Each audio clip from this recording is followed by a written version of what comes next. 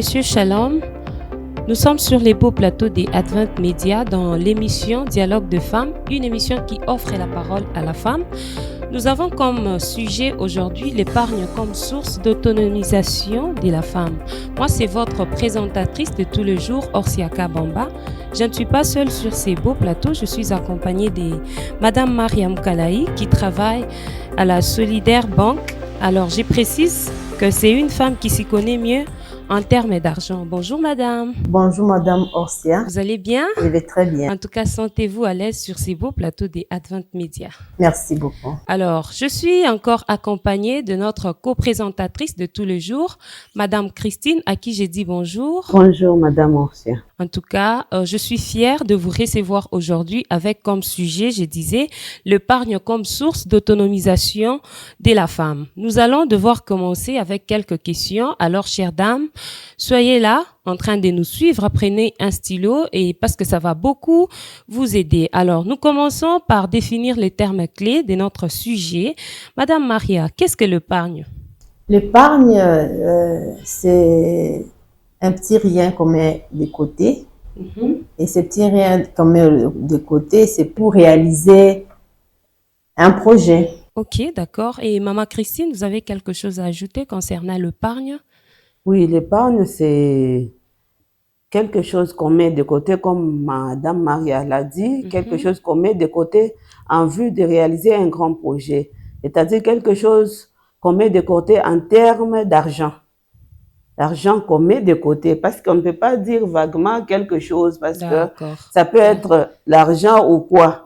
Et dans l'épargne, nous sommes en train de voir les finances, nous voyons l'argent. Très bien. Donc, une petite somme qu'on met de côté pour pouvoir réaliser des projets à court et à long terme. Oui. Très bien. Alors, nous allons retenir que l'épargne, c'est un argent qu'on met à côté pour réaliser un projet que nous avons. Alors, Maman Christine, qu'est-ce que l'autonomisation?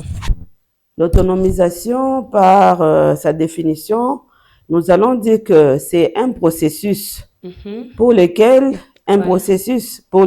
une personne ou un groupe de personnes acquiert la maîtrise des moyens qui leur permettent de se conscientiser, premièrement, de se renforcer, de renforcer son potentiel, de se transformer et de réaliser des projets de développement. Réaliser les projets de développement. Alors, Maman Maria, vous avez quelque chose à ajouter concernant l'autonomisation? Oui, l'autonomisation, c'est le fait de devenir indépendant. Ok. Et quand on est indépendant, ça veut dire qu'on est autonome.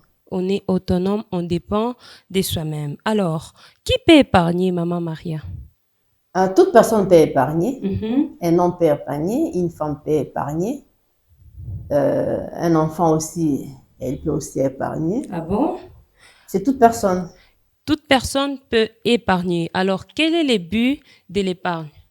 Le but de l'épargne, c'est pour réaliser un projet, pour pouvoir effectuer à terme sans trop s'endetter. Ok. Un achat impossible à réaliser avec son revenu courant. Ok. Pour avoir peut-être c'est réalisé, pour avoir s'acheter une parcelle, un équipement. Peut-être acheter des meubles de la maison, en fait, réaliser des grands projets, soit des petits projets. Au fait, le but de l'épargne, c'est réaliser un projet qu'on ne peut pas résoudre avec un salaire. Un projet qu'on ne peut pas résoudre directement avec son salaire, mais avec l'argent qu'on gagne et on met de côté, on peut résoudre. C'est facile de résoudre. Oui, c'est problème. Alors, Maman Christine, vous avez quelque chose à ajouter concernant les buts de l'épargne? Oui, le but de l'épargne, c'est que c'est pour réaliser des projets, comme Madame Maria l'a dit, réaliser des grands projets que nous sommes incapables de le faire directement avec notre salaire. On peut être à deux dans le foyer, le mari et la femme, et même si on mettait nos deux salaires ensemble, on ne saura pas réaliser la chose. Pourquoi? Parce que les deux salaires doivent d'abord répondre aux besoins de la maison. En tout cas, ça, c'est vrai. Ça doit d'abord répondre aux besoins de la maison. Oui. Et lorsque vous prenez tous ces deux salaires-là, vous mettez à côté, vous mettez de côté plutôt, vous allez sacrifier les enfants. Oui. Alors, qu'est-ce Vous-même qu'on doit... aussi, hein? Oui, vous allez vous sacrifier. Et qu'est-ce qu'on doit faire? On doit épargner. Donc, dans les salaires que nous touchons, tous deux, nous voyons que chez celui-ci, on peut prendre comme ça, chez l'autre, on prend comme ça, on met de côté. Oui, très bien. Alors, Maman Maria nous a dit que toute personne peut épargner. Si une jeune fille, un enfant, un jeune garçon ou une femme au foyer peut épargner, alors, Maman Maria, d'où proviendra cet argent de l'épargne? Pour une jeune fille, un jeune garçon, une femme au foyer qui ne travaille pas, d'où proviendra cet argent de l'épargne? Merci de m'avoir accordé la parole. Je commence d'abord par la femme au foyer. Ok. En ce qui concerne la femme au foyer, comment est-ce que cette femme au foyer peut épargner? Ok. C'est une femme qui ne travaille pas. Ouais. La première des choses, elle dépend de son mari. Oui. Quand elle dépend de son mari, c'est son mari qui doit lui donner de l'argent. Effectivement. Et sur base de l'argent qu'elle doit recevoir de son mari, qu'elle doit épargner. Oui. Et là, pour arriver directement à vous dire comment cette femme doit épargner, nous pouvons vous donner les principes de l'épargne, comment ça se passe. Okay? La femme, elle reçoit l'argent de son mari. Son mari lui donne l'argent.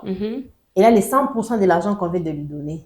Et dans les 100% de l'argent qu'on vient de lui donner, il y a les principes de l'épargne qui doivent se faire. Ça va se faire comment? On prend d'abord les 50% de l'argent qu'on lui a donné. Elle met de côté. Elle doit payer le loyer.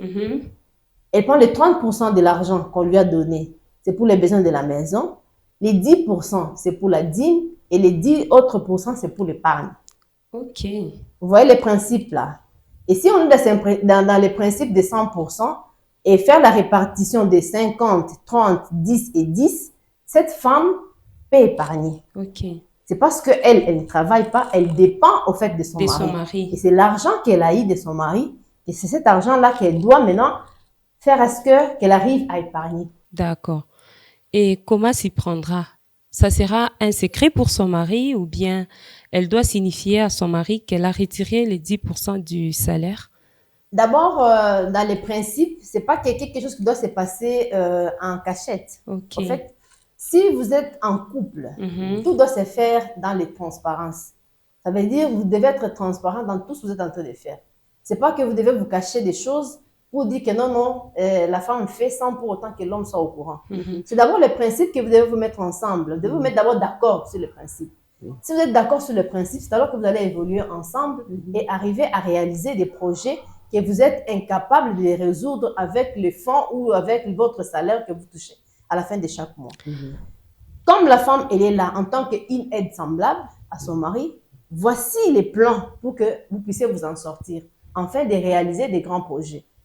Il doit y avoir peut-être des grands projets ou soit des petits projets. Oui. En fait, là, on donne d'abord les principes. Là, on est d'accord avec moi que c'est les principes que nous devons mettre ensemble. Homme, femme. La femme qui ne travaille pas dépend de son mari. Et c'est le mari qui amène l'argent. Et quand il amène l'argent, il ne doit pas aussi autre chose, n'est pas donner l'argent en gros pour dire je te donne directement. Toi, tu commences à faire ce que tu dois faire pour prendre, aller au-delà des 50% pour dire que tu épargnes.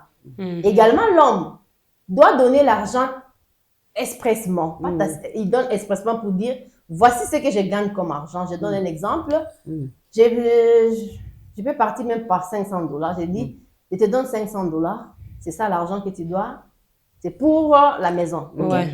Dans les 500, j'ajoute 50. C'est pour ton argent de poche. Ok. Là, quand il signifie que c'est pour l'argent de poche, la femme qui est censée, elle est déjà instruite, elle est formée, elle est informée. Elle peut dire, dans mes 50 ici, je peux épargner. Je peux épargner. Oui, avec 10 ou $20. Elle peut épargner. Elle sait que non, mes 50, je mets de côté pour épargner. Et on doit réaliser ensemble, on a déjà établi, ça veut dire, dans les budgets, ça veut dire, dans un foyer chrétien, arrivé à la fin de l'année, vous devez faire une évaluation, en fait. Vous devez planifier ensemble ce que vous devez faire pour l'année qui va commencer. Et à ce moment-là, la femme, elle épargne l'argent. Et quand elle épargne l'argent, au finish, elle va montrer à son mari pour dire, regardez ce que j'ai trouvé, regardez ce que nous devons faire. Elle doit proposer ou elle doit présenter à son mari, et c'est le mari qui doit dire, voilà, on va faire ceci, on va faire ceci, on va faire cela. D'accord, Maman Maria. Merci beaucoup pour la belle réponse. Je vous reviens parce que c'est une question tellement pertinente. nous devons trouver une réponse qui va aider nos abonnés qui sont en train de nous suivre. Alors, Maman Christine, une jeune fille, un jeune garçon, peut-il épargner? Oui, la jeune fille peut épargner. Ouais. La jeune fille peut épargner, le jeune garçon peut épargner à partir de l'argent de poche que le parent lui donne. J'ai entendu ici Madame Maria a parlé de l'homme qui donne le salaire, son salaire à la femme, et il ajoute même l'argent de poche, 1,50 comme argent de poche. Et cette femme-là, c'est à partir de cet argent-là qu'elle peut commencer à épargner, sans toutefois toucher à l'autre somme. Et la jeune fille, nous avons des filles à qui nous donnons quelque chose. On peut peut-être donner 50, on peut donner 30, on peut donner 20. Parce qu'on ne va pas parler de très grandes sommes pendant que la réalité que nous vivons est aussi autre. On peut lui donner même son 50 000, même son 30 000. Et l'enfant va voir que dans ces 30 000, avec la répartition que Maman Maria nous a donnée, c'est juste prendre 10%. Et 10% de 30 000, c'est 3 000. Et si par semaine, on est en train de donner à cette fille 30 000, 30 000, ou par semaine, on est en train de lui donner 50 000. Je pense qu'elle va beaucoup épargner cette jeune fille. Non pas seulement avec l'argent de poche que les parents donnent. La jeune fille qui s'est tressée, elle peut faire l'épargne. Lorsqu'elle tresse, les clientes payent, elle peut épargner dans tout ce qu'on lui donne. Si elle peut avoir 5 clientes, par exemple, elle a un salon de coiffure où elle a 5 clientes qui payent 5 000, 5 000. Ça sera déjà 25 000.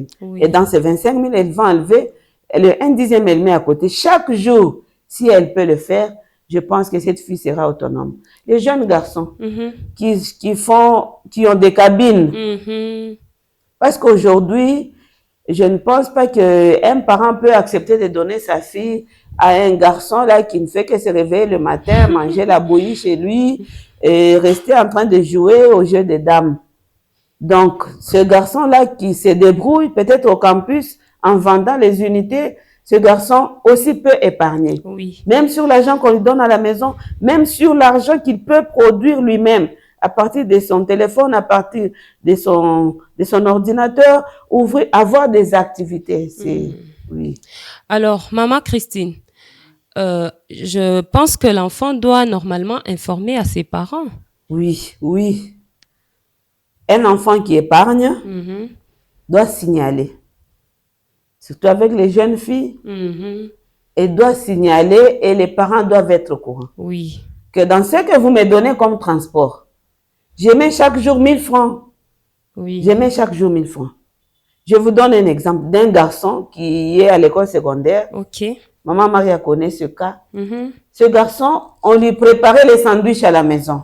On lui donne les sandwichs pour aller manger à l'école. Mais ce garçon-là arrive à l'école, il voit que ses amis envient plus ces sandwichs.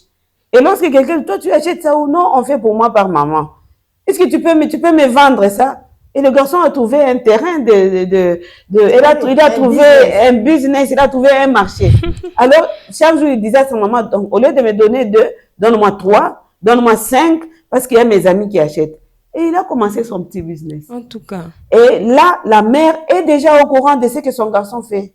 Et si c'est la jeune fille, il faut informer aux parents que je suis en train d'épargner 2000 ou 1000 francs chaque jour sur le transport que vous me donnez. Pour qu'à la longue, qu'on ne soit pas surpris.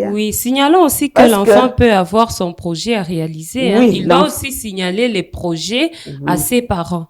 Au lieu d'amener quelque chose dans la maison et par après signaler, maman, c'est l'argent dont je vous parlais, j'ai acheté l'iPhone. Là, c'est un problème, Orsia.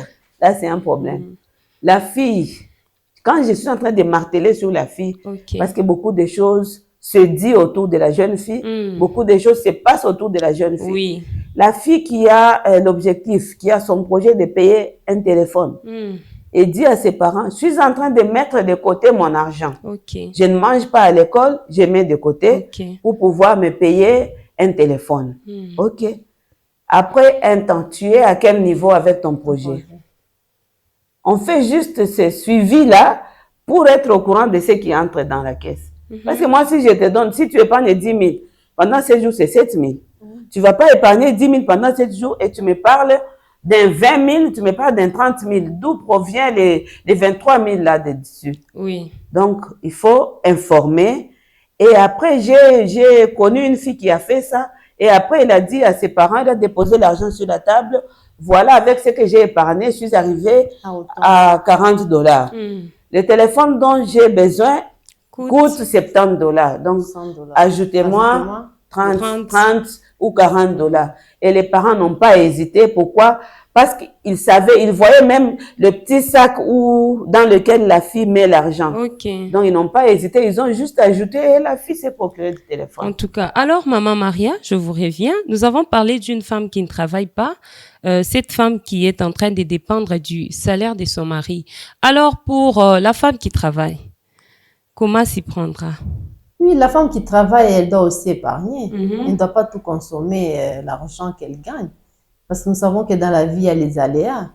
Ces aléas, quand ça peut arriver, il faut savoir aussi comment les résoudre. Okay. Elle doit présenter l'argent qu'elle gagne et également toujours dans la répartition pour dire à son mari, il y a un tel montant que nous devons mettre de côté. Chère dame, nous devons informer à nos maris que nous sommes en train d'épargner, tout comme les enfants. Nous devons aussi informer à nos parents que nous sommes en train d'épargner. Parce que je vous donne aussi un exemple. Il y a une dame qui était en train d'épargner et au finish, elle a eu beaucoup d'argent et elle a acheté une maison. Et par après, c'était une surprise à son mari et l'homme n'y parvenait pas. Alors, pour l'homme, c'était les amants de la femme qui ont acheté cette maison. Alors, la femme a été chassée de la maison. Vous voyez? Il faut, même si nous travaillons, nous devons signaler à nos maris, hein. Oui, c'est ce que j'étais en train de dire aussi tout à l'heure pour dire que quand on fait l'épargne, c'est pas dans le but de vouloir faire un challenge dans le foyer. C'est pas ça.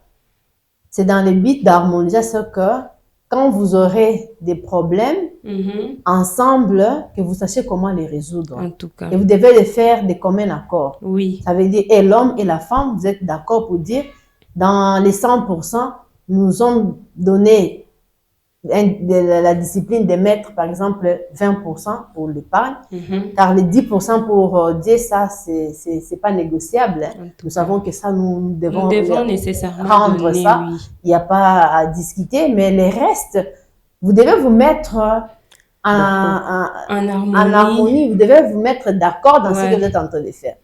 Mais si la femme les fait tel que vous venez de le dire, vous ne pouvez pas épargner jusqu'à hauteur d'acheter une maison et faire une surprise. Bon, c'est pas une bonne surprise. Non, c'est une femme très intelligente. C'est une femme très intelligente qui peut payer. Oui, même un véhicule, même arriver à acheter une maison, même arriver à acheter une voiture. Non, là, ça va nécessiter juste peut-être l'incompréhension dans les foyers. Et ce sont des choses que nous devons éviter. En tant que chrétiens, nous devons nous mettre ensemble, chrétiens, nous devons nous mettre ensemble et tout doit être transparent. Mais si vous avez une femme dépensière, c'est aussi un autre problème. Et si vous avez aussi un homme dépensier, c'est aussi un autre sujet, un autre débat. Comment nous devons faire pour que nous arrivions à faire ensemble l'épargne afin que nous puissions réaliser nos grands projets? En tout cas, Maman Maria, nous allons débattre prochainement ces sujets.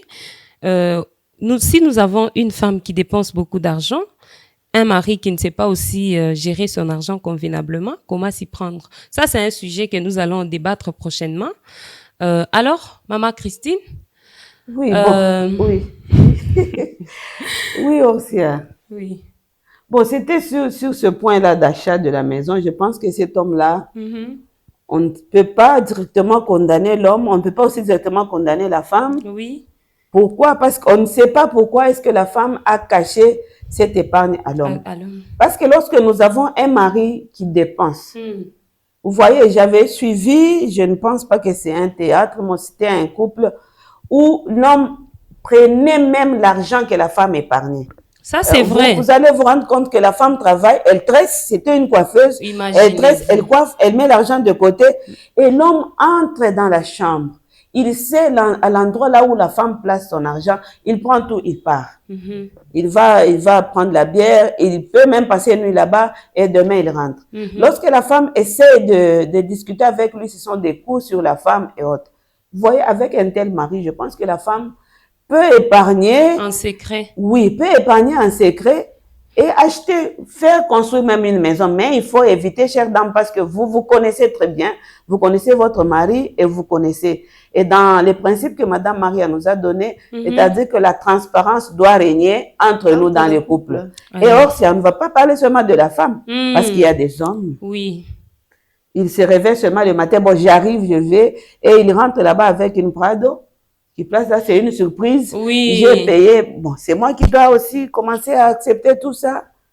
Parce que pourquoi il n'a pas parlé? Ça aussi, Maman Maria. C'est ça, c'est ce que tu as Parce dit. qu'on ne doit pas laisser l'homme avoir trop d'argent pendant que son salaire est de $200. Ça, c'est, et lui, il vous amène de 5 000. Oui. Il faut bien vous suivre. Vous avez chaque jour des cadeaux. Oui. Auprès de votre mari, alors que votre mari n'est pas journalier. Hein? Oui, des grands cadeaux, des grands prix. Et puis vous êtes contente, chère dame? Attention, une autre fois, là, c'est peut-être le parquet qui viendra à la maison. Alors, un sujet qui est vraiment pertinent. Je rappelle que nous avons comme sujet l'épargne comme source d'autonomisation de la femme. Alors, Maman Maria, pourquoi nous disons que l'épargne est source d'autonomisation de la femme?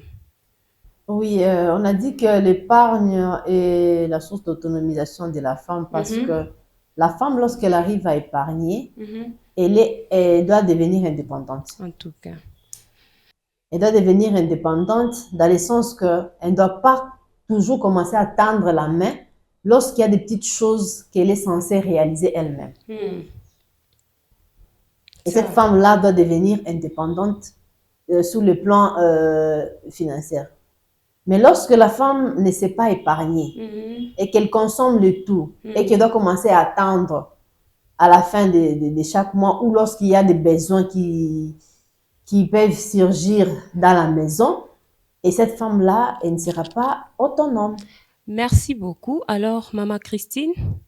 Oui, Maman Marie, elle a dit, cette femme ne doit pas à tout moment tendre la main à son homme. À son homme. C'est-à-dire que cette femme sera libre. Elle sera libre de se payer quelque chose, même elle-même.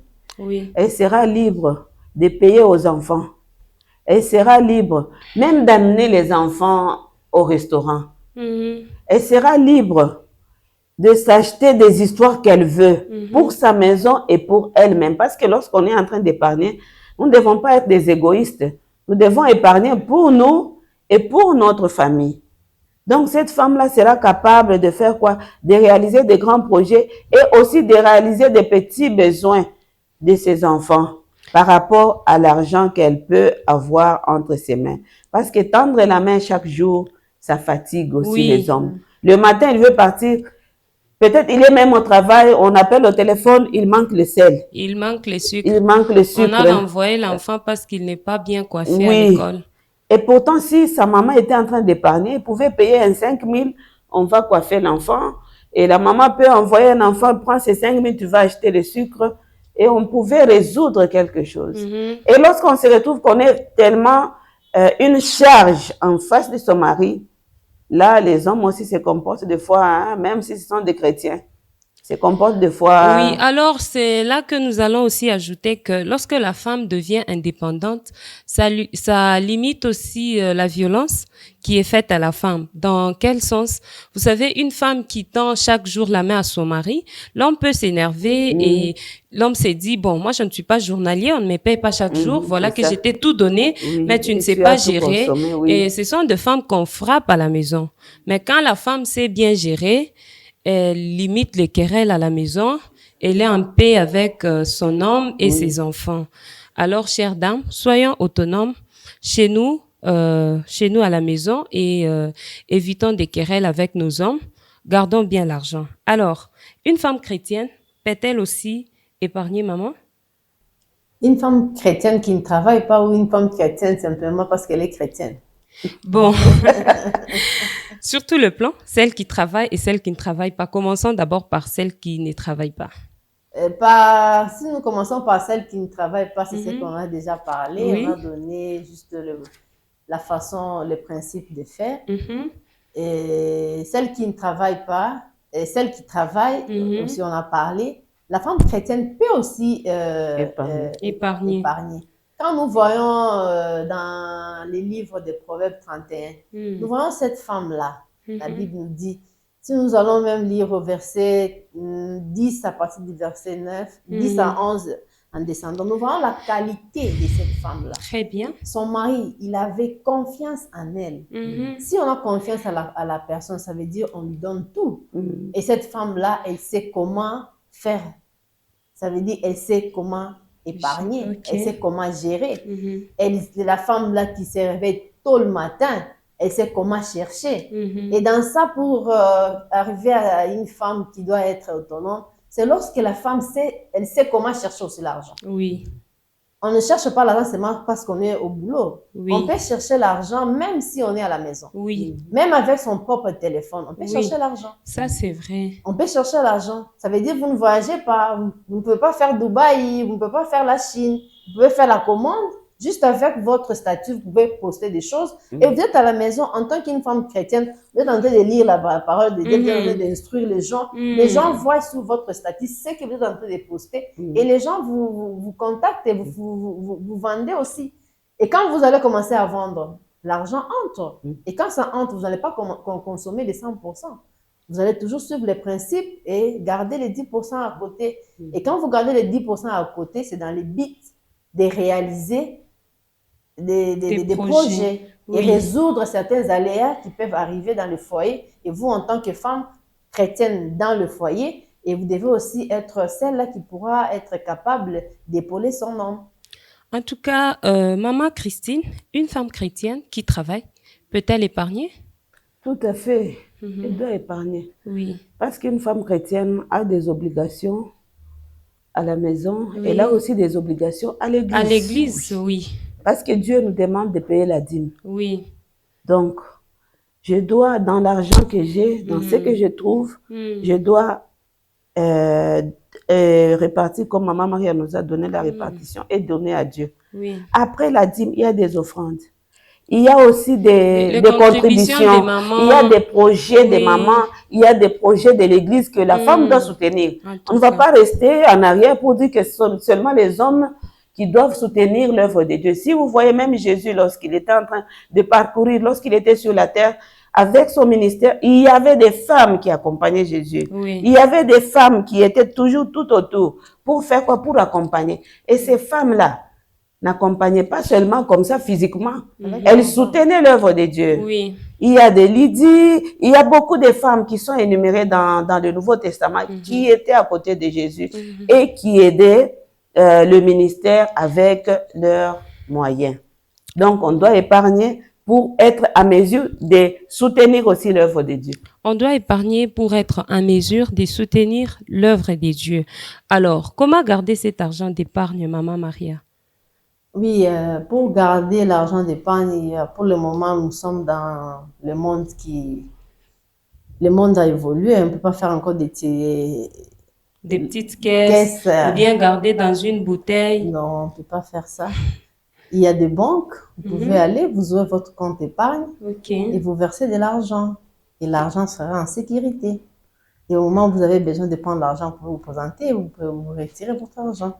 Et la banque Orsia, Maman Marie a parlé des banques. Je ne pense pas que c'est tout le monde, c'est toutes les femmes qui sont en mesure d'aller ouvrir un compte bancaire. Et à la banque, lorsqu'on dépose, il y a les frais. Non, pour le compte épargne, il y a les frais. Il n'y a pas de frais? Oui. On ne soutire pas même les 2%. Non. Ça ne dépend pas des banques aussi. Non, dans les comptes d'épargne, on ne prend pas de frais. Il n'y a pas de frais. Même si ce n'est pas les comptes bloqués? Non, quand vous faites un compte épargne, c'est bloqué. C'est pas seulement c'est bloqué. Ça peut être, vous pouvez tourner avec l'argent. Il y a des moments où vous pouvez, dans d'autres banques, il y a des conditions. Vous pouvez vous dire, peut-être vous retirez une fois gratuitement. Les restes, ça peut être frappé des frais de retrait. Ça dépend. Si vous ne voulez pas et que vous savez que non, chez toi, à la maison, il y a la sécurité, tu mets ta petite bouteille, tu mets à l'intérieur. Et au finish, au cas des besoins, en cas de besoin, vous cassez la bouteille et vous récupérez. Mais je vous dis, pour le moment, comme c'est déjà, nous sommes dans le monde qui évolue, c'est mieux d'aller se présenter avec votre pièce d'identité et vous déposez et vous ouvrez votre compte. Là, on ne demande même pas l'autorisation maritale pour le faire. Ah bon? En fait, oui, c'est vrai. Et vous avez votre compte. Alors, Maman Christine, hormis la banque, vous avez une autre solution? Comment gagner cet argent d'épargne? Maman Marie a dit qu'on ne demande pas la permission. On ne demande pas. Et si le mari, peut-être par exemple, je me déplace, je dépose mon agenda sur la table et lorsque je bouge, l'agenda tombe, il voit les cartes bancaires là par terre. Ça ne va pas Est-ce qu'il ne va pas me créer des problèmes? Bon, on signale quand même qu'on a un compte bancaire. Oui. La banque ne vous demande pas l'autorisation maritale pour l'ouverture d'un compte. Ah, c'est la banque. La banque. Oui. Mais j'ai dit les principes que entre l'homme et la femme, vous vous mettez ensemble, vous parlez, ce n'est pas des choses que vous devez faire en cachette. Ah, ok. J'ai parlé de la vous transparence. Vous signifiez tout simplement que je suis en train de garder l'argent d'épargne dans une telle banque. Okay. Et voilà, j'ai déposé. Aujourd'hui, on a autant. Oui. Également, quand vous avez les SMS banking, là, oui, quand on signe. S'il n'y a pas de problème, il peut voir. Alors, Maman Christine, je disais, hormis la banque, vous avez une autre solution, un autre moyen? Oui, un autre moyen, il y a, mais ce sont des moyens qui nous soumettent à la tentation. Pourquoi je dis cela? Oui. Pourquoi je dis ça? Quelqu'un peut commencer. Moi, je peux vous donner mon exemple. Oui, maman.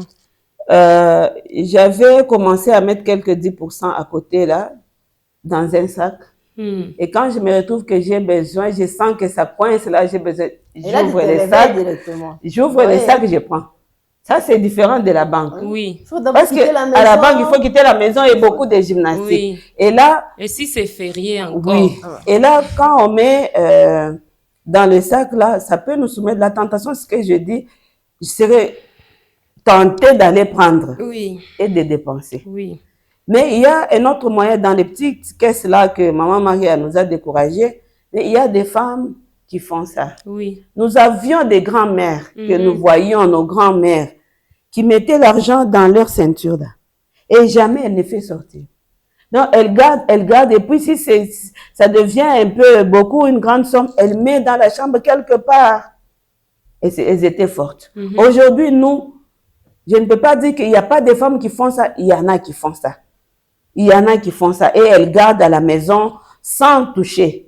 Même dans les bouteilles. Une fois, moi, je peux te donner l'exemple. Une fois, j'avais fait avec mes filles. Elles vont à l'école. Chaque jour, tout le monde dans la maison mettait 1000 francs. Tout le monde dans la maison. 1000 francs. On met dans les bouteilles. 1000 francs. Elles nous ont dit qu'on va étendre ça jusqu'à la période des vacances. Et c'est après la proclamation du 2 juillet qu'on a eu à casser ces 3 bouteilles.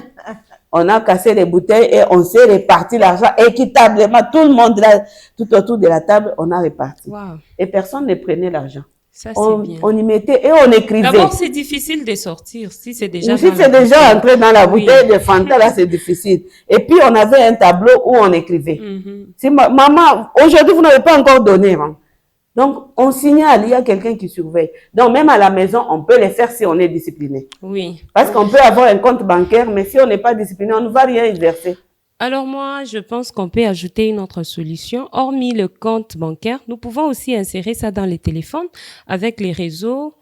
On peut mettre ça dans une SIM. Oui, c'est possible aussi de le faire. Mais... Et puis, vous mettez la SIM à côté. Hein. Ce n'est pas la SIM que vous utilisez. Vous ouvrez un compte, vous mettez l'argent, vous déplacez la SIM. Si vous avez besoin d'ajouter, vous ajoutez.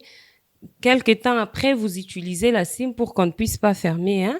Et si elle se perdait, vous allez mourir aussi.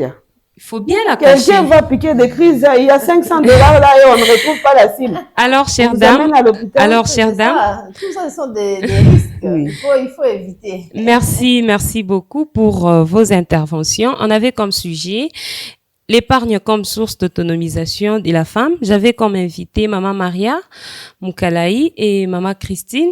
Alors, nous sommes à la fin. Je vais devoir demander à Maman Maria de nous donner une petite conclusion concernant les sujets que nous venons à peine de traiter. Oui, concernant les sujets que nous venons à peine de traiter, nous sommes en train d'encourager les femmes pour que les femmes puissent sortir dans la dépendance, afin que ces femmes puissent devenir indépendantes financièrement. Et cette indépendance financière, nous devons l'acquérir comment? C'est lorsque nous sommes en train de travailler et nous épargnons. Et quand même on ne travaille pas, ce qu'on nous donne, nous devons aussi savoir comment mettre de côté dans le but de réaliser un projet. Car dans la vie, il y a toujours des aléas. Lorsque vous êtes face à un problème, nous ne devons pas simplement commencer à attendre que l'homme soit là pour que nous puissions résoudre le problème. Nous sommes des êtres semblables, nous devons avoir des stratégies aussi, comment nous devons faire pour s'épanouir. Parce que lorsque nous sommes toujours dépendantes de l'homme, nous ne savons pas comment nous devons émerger. Également, cette indépendance financière que nous sommes en train de chercher, cela ne doit pas non plus pousser à la femme d'être une femme insoumise et désobéissante. Et tout doit se passer dans l'harmonie entre... nous devons aussi dialoguer avec nos conjoints, afin de nous accompagner dans cet élan, parce que nous sommes en train de vouloir contribuer à l'épanouissement de notre foyer et de notre maison. Également, pour l'Église, en tant qu'une femme chrétienne, nous devons aussi comment faire pour que nous puissions toujours commencer à mettre la main dans la pâte, afin qu'ensemble, nous puissions être vraiment utiles pour soutenir l'œuvre de Dieu. Et en ce qui concerne les jeunes filles, c'est aussi pour elles et pour les garçons un moyen je peux dire, on est en train de les apprendre, parce que dans la vie active, ces gens-là doivent être des bons économes, tels que la parole de Dieu nous le recommande. Nous devons être des bonnes gérantes dans ce que le Seigneur nous donne. Et quand un petit enfant commence dès les bas âges, il sait comment mettre de côté dans tout ce qu'il gagne dans le but de réaliser un projet. Quand il sera aussi grand, quand on va lui donner des postes de responsabilité, et cette notion ne va pas non plus quitter sa tête pour dire que non, on m'avait appris comment je devais faire. Et cette personne sera un bon gérant, une bonne gérante, un bon gestionnaire, ça sera pour la gloire de notre Dieu. En tout cas, merci beaucoup pour cette belle conclusion. Alors, Maman Christine, une petite conclusion? Oui, une petite conclusion. Je crois que pour aider nos sœurs, nous pouvons épargner avec l'argent qu'on nous donne. Nous pouvons épargner avec ce que nous produisons nous-mêmes. Et nous devons éviter d'être des femmes qui volent l'argent dans les poches de leur mari pour pouvoir épargner. Donc, produisons pour épargner. Si on nous donne, épargnons. Si on ne sait pas nous donner, mais nous devons produire nous-mêmes à partir des petites activités que nous pouvons créer. Aussi, un mot pour la jeune fille.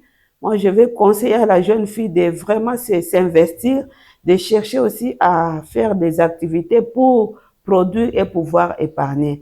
Parce que même lorsque vous aurez un fiancé, s'il trouve que vous êtes déjà stable financièrement, je pense qu'il va vous respecter. Il va vous respecter. Il ne va pas vous fuir que cette femme me demande trop. Vous êtes pendant les fiançailles, vous demandez à mort. Donc, vous, depuis le matin, vous ne faites que des messages de demande. Le soir, des messages de demande. Je pense que ces fiancés peuvent fuir. Donc, cherchez nos jeunes sœurs, nos jeunes filles, cherchez à être indépendantes. Non pas en volant l'argent à la maison, non pas en quémandant dans les bureaux des gens, mais en produisant vous-même et en épargnant ce que les parents vous donnent. C'est juste ça le conseil qu'on peut laisser et encourager les femmes à épargner davantage pour réaliser de grandes choses. Pour elles-mêmes, pour leur épanouissement, pour leur indépendance et pour la communauté et la famille. Alors, chères dames, chères jeunes filles, chers garçons, épargnons pour être indépendants dans la vie. Alors, on avait comme sujet l'épargne comme source d'autonomisation de la femme. Nous avons eu plusieurs conseils. Ces conseils-là, nous devons le mettre en pratique. Nous étions sur le plateau des Advent Media. Voilà que nous sommes à la fin de l'émission Dialogue des femmes. Je rappelle, une émission qui offre la parole à la femme. Alors, j'étais accompagnée de Madame Maria, Madame Christine et moi, c'est votre présentatrice de chaque jour, Orsiaka Bamba. Nous sommes à la fin. Je vous demanderai tout simplement de liker la vidéo si vous aimez, de la partager et surtout de vous abonner massivement. Au revoir et à la prochaine. Ciao. Merci.